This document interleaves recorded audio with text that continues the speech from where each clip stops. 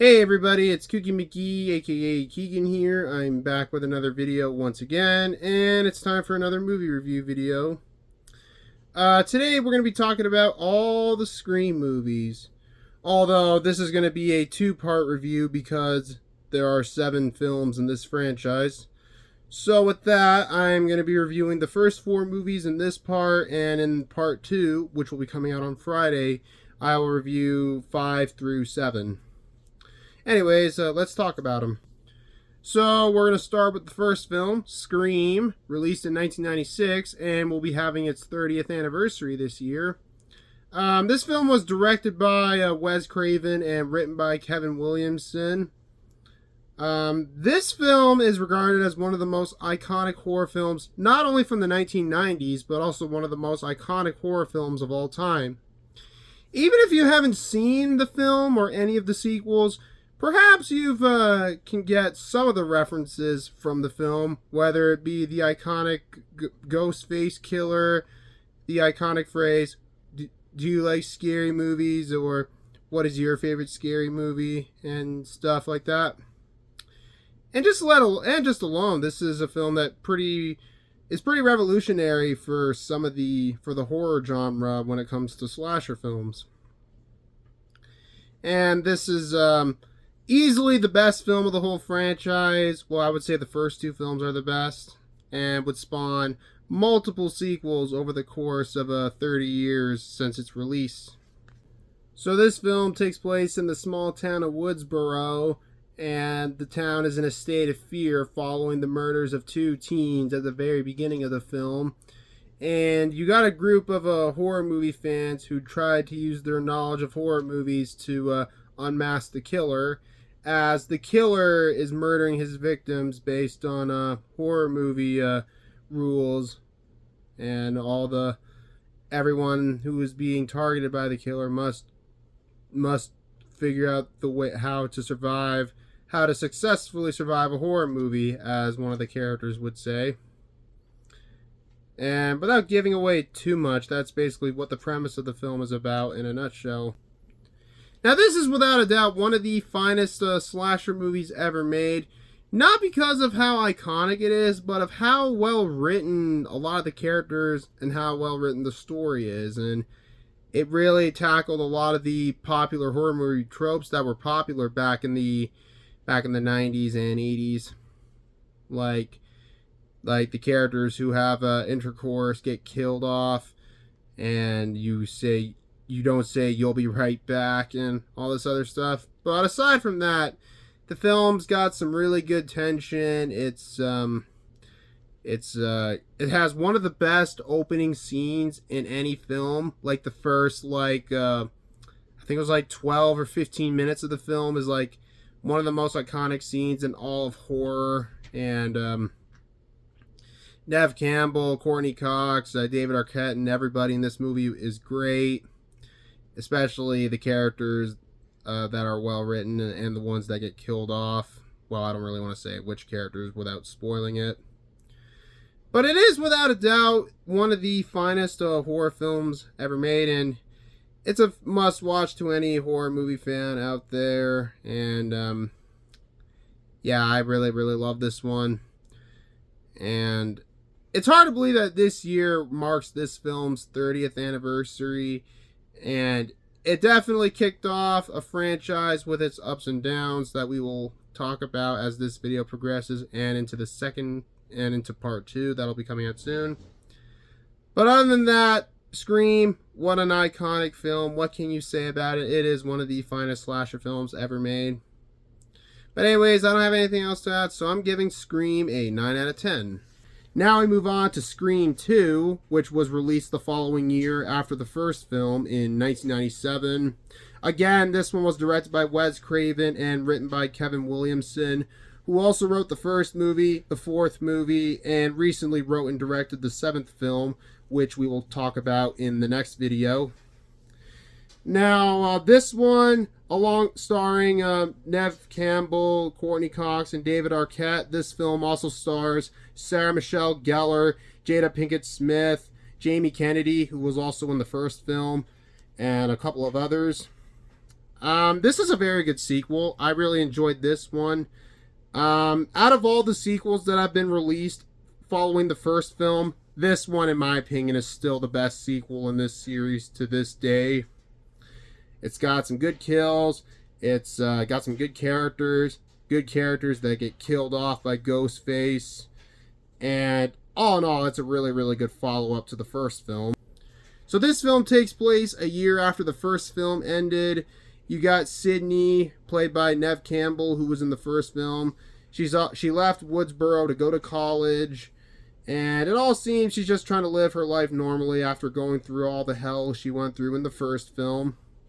But then that quickly fades away when a copycat Ghostface killer goes around, starts killing all the college students again.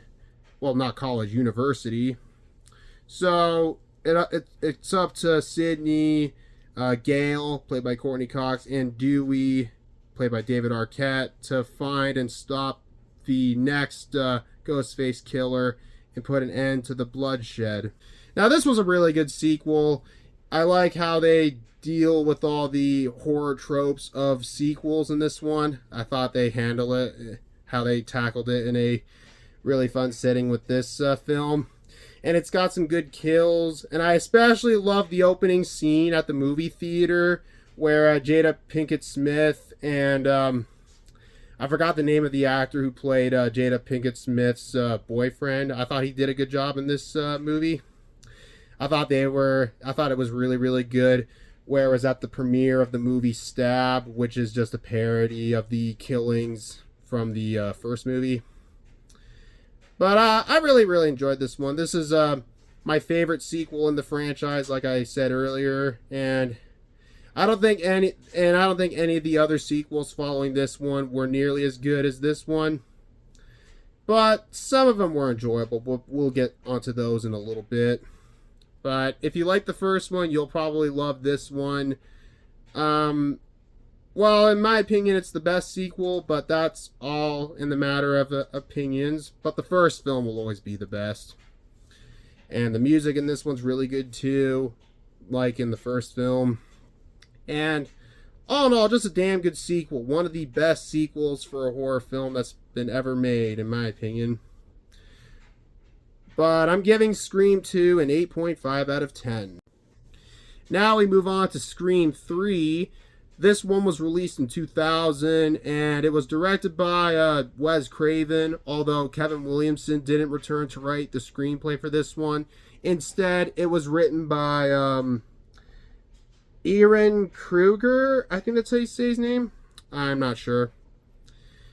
But this one was originally supposed to be the last film in the franchise. At least it was until the fourth film came out in 2011, which we will get to after this one. And this one is often regarded as the worst film in the franchise, depending on who you ask.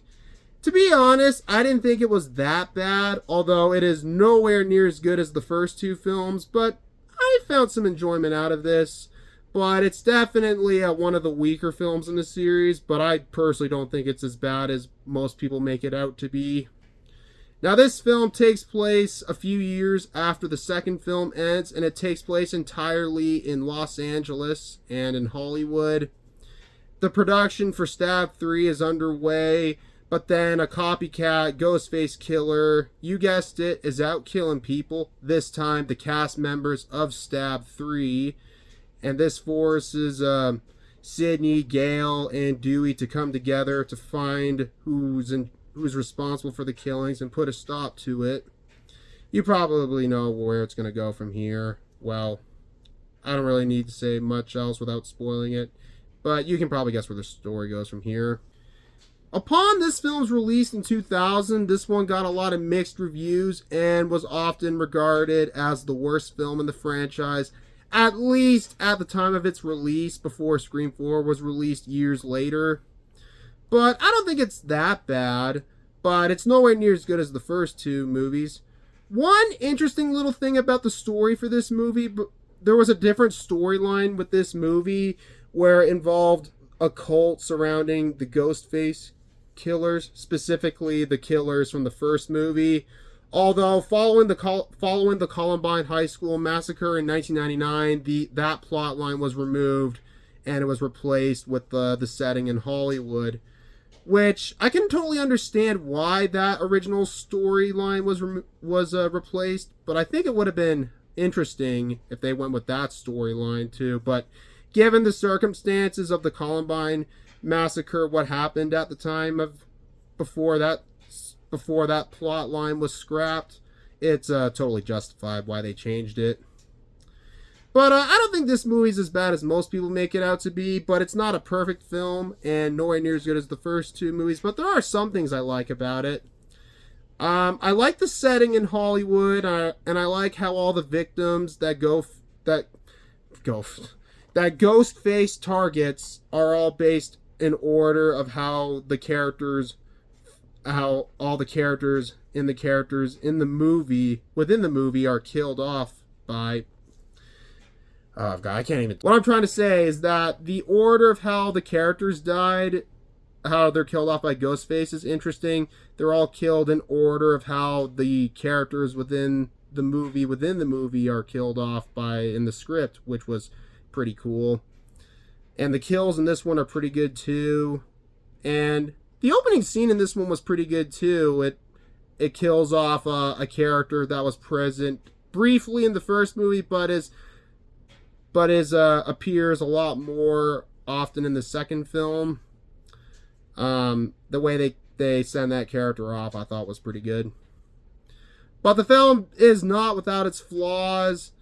I find the biggest flaw I have with this movie is that the killer reveal was a little bit anticlimactic, but not as bad as a certain killer reveal in one of the later films that we will discuss in the next video. But I didn't think this movie was that bad. I still had some fun with this one. But again, it's nowhere near as good as the first two movies. But it definitely isn't that bad. Not as bad as what most people make it out to be. And this would be the last film in the franchise for at least 11 years before Scream 4 came out years later, which we will get to in a moment. But at the end of the day, Scream 3 isn't that bad. I enjoyed this one for what it is, but the first two movies will always be the best. So I'm giving Scream 3 a 7 out of 10. One more movie, and then that will be it for part 1. So we're going to end this video off with Scream 4, which is obviously the fourth film in the franchise. This film... Now, the third movie was originally intended to be the last film in the franchise, but in 2008, the Weinstein Company announced there would be a fourth movie in this franchise. And then a few years later, in 2011, it was finally released. And this one was met with mixed reviews upon release. Although some say it was slightly better than 3, but there were many criticisms with the film that I will get into in a little bit. While I do think this film is slightly better than 3, it is nowhere near as good as the first two. But I still enjoy this one for what it is. But it's not my favorite movie in the franchise. Although I do have to give this movie credit because a few years later, after this film was released, Wes Craven unfortunately passed away from brain cancer in 2015 at the age of I think he was 76, I believe. I can't remember, but he was in his 70s at the time of his death. So Scream 4 would go on to become his final film before he passed away a few years later. So let's get into the story. Now, Scream 4 takes place in Woodsboro, where the first film took place, and it follows the 15-year anniversary of the original Woodsboro killings in the first film. You got Neve Campbell's character, Sydney, who becomes a self-help guru or something after publishing a book about her traumas following the many attacks on Ghostface from the original killers in the first film to the two copycat killers of the previous two films. But, of course, it's in Woodsboro, and you guessed it, another copycat Ghostface killer is out on the loose killing people, and they are trying to get their blade, well, I wouldn't say hands, but their knife into Sydney Dewey and Gale. So they are trying to find who is doing this again and put a stop to them.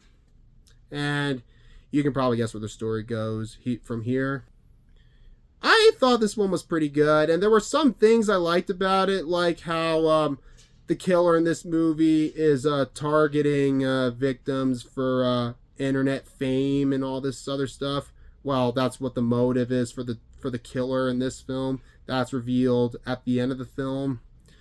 Although the movie does have some problems, it relies a lot on the cliches that the first film was making fun of, like a lot of the slasher cliches, what the first film was tackling. But there are still some fun to be had with this movie. You got some good kills, and it does have some comedy in this one, and the comedy in this one is pretty funny too. Especially when one of the victims, before they die, they say, "Fuck you, Bruce Willis." I know that line hasn't aged well in recent years with Bruce Willis's retirement. I know that's a little bit off topic, but I don't know, that line cracked me up. But it definitely has not aged well at all, I guess you can say. And it's got a pretty good cast with some new faces in this one. It's got Emma Roberts, Hayden Panette, Anthony Anderson, Alison Brie, who you might know from the TV show Mad Men. She played Trudy in that show. It also had Rory Culkin in the movie, who was Macaulay Culkin's brother. And it also had who else was in this movie? It also had Anna Paquin in a very small role at the beginning of the film. I also liked in the opening to the film where it's, instead of it being slow with Ghostface speaking to the victims, it tricks you into thinking which one is a clip from the Stab movie franchise. But it's just like, okay, which one is the real victim here? Like, damn. But yeah, this was definitely a fun sequel. And while it's not the strongest film of the franchise, you do have to give it credit because this was Wes Craven's last film before he passed away a few years later. And I thought this was actually a pretty good send-off to Wes Craven, but it is a shame that he passed away from brain cancer. But he was a good director. While not every film he did was great, he'd done a lot of great movies too, like The Serpent and the Rainbow, the Nightmare on Elm Street movie, the first one, and a couple of other films too. But this was a great send-off to him, and may he rest in peace. Anyways, I'm giving Scream 4 a 7 out of 10. Well, that's going to be it for part 1. Stay tuned for part 2, where we will cover Scream 5 through 7, and that video will be out this Friday, so stay tuned for that video. But in the meantime, thank you guys so much for watching. As always, if you enjoyed the video, feel free to leave a like, comment below, and if you're new to the channel, feel free to subscribe. And stay tuned for part 2 and for other videos that will be coming out soon. But in the meantime, thanks again for watching. Hope you all have a great day, and I'll talk to you all later. Have a wonderful day, guys. Peace. Bye-bye. Big cast in this one. Alongside Neve Campbell, Courtney Cox, and David Arquette returning in this one, you also have Sarah Michelle Gellar. I'm trying to remember who else. Oh, fucking cat knocked over my phone.